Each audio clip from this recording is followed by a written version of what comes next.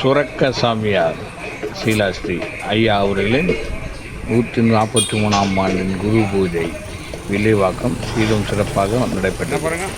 பல முக்கிய பிரமுகர்கள் கலந்து கொண்டு சிறப்பித்தனர்.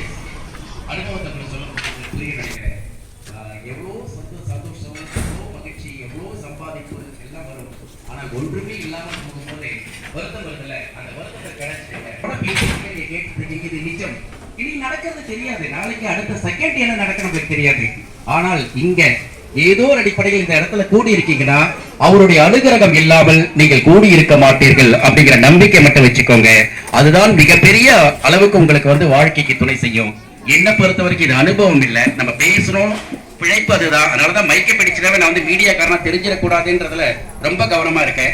இருந்தாலும் அக்கா தான் சொல்லுவேன் உங்களை. ஏடா ரொம்ப அம்மானே சொல்ல வேண்டாம்.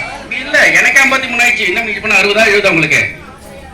அம்மா என்பதை விட அக்கா என்பது சகோதர பாசம் பெருசு. பெத்தவள் சுமந்தவள் ஒருத்தி மட்டும்தான் அம்மா சொல்லலாம். எல்லாரையும் அம்மா சொல்றாங்க, போலித்தனமா போயிடக்கூடாது இல்லையா? சகோதரின்றப்ப உள்ள வழக்கு மனசு கொழுக்க அவங்க கூட நம்ம கூட டிராவல் பண்ணுவாங்க. எல்லாரையும் சுமக்க முடியாது, ஒருத்தி மட்டும்தான் சுமப்பாள்.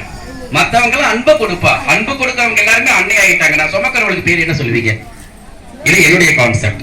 எனிவே தேசிய விருது வாங்கிய ஒருத்தர் 2018 துபாயில பெரிய ஷார்ட் கிட்ட அவார்டு வாங்கின ஒருத்தர் ஒன்றும் இல்லாம செருப்பு பின் போட்டு திரியறானா, இதுதாங்க வாழ்க்கை. இதுக்கு மேல ஒன்றும் சொல்றதுக்கு இல்லை. நன்றி.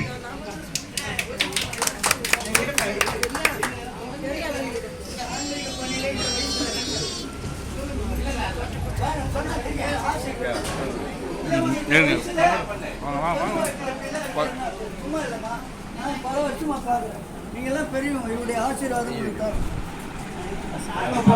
பெரம்பூர்ல உள்ள மனிதநேய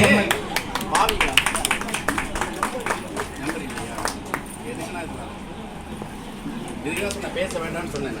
கேட்டீங்களா? யூடியூபர் நீங்க தான் சிறப்பாக பேசுவீங்கல்ல. அவர்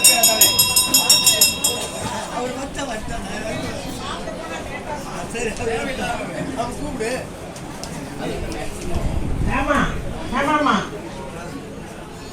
வாசையா கூப்பிடுங்க. சால்வ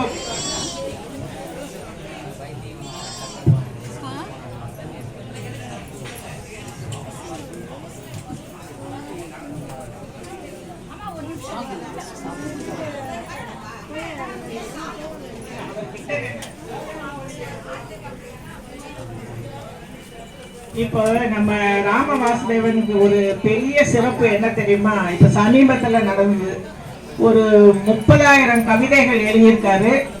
ஒரு 100-200 புத்தகம் எழுதியிருக்காரு. அவரோட வயசு 90 வயசு. அவர் பெருங்கவிக்கோ சேதராமன் பேரு. அவர்களோட மணி விழா நடந்தது 90வது வயசுல. பெரிய அளவுல நடந்தது. அவருக்கு 90 வயசுன்னா உலக அளவுக்கு அவருக்கு நட்புகள் இருக்கு.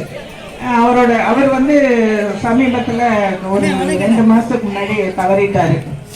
அதுல என்னன்னா அதுக்கு நம்ம முதல்வர் ஸ்டாலின் ஐயாவே 2 முறை பார்த்தாரு. அதுல என்ன சிறப்புன்னா, குறுகிய காலத்துல நம்ம வாசுதேவன் ஐயாவுக்கு ஐயா பழக்கம். அந்த பழக்கத்துல அவரோட வீட்டுக்கே வந்திருக்காரு. அந்த பெண்களுக்கு சேர்க்கிறாங்க.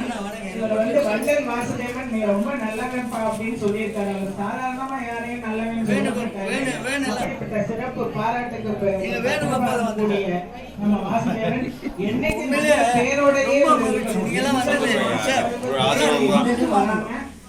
சொல்வாக்கு எப்படி இருந்தது? செல்வாக்கை விட சொல்வாக்கு தான் அது நல்ல ஒரு பலனை கொடுக்கும். அந்த செல்வாக்கு நிறைவா இருந்தா அவர் வாழணும். இந்த பணிகளை ஆன்மீக பணிகளை செய்யணும். இப்போ சாப்பிட போட்டீங்களா?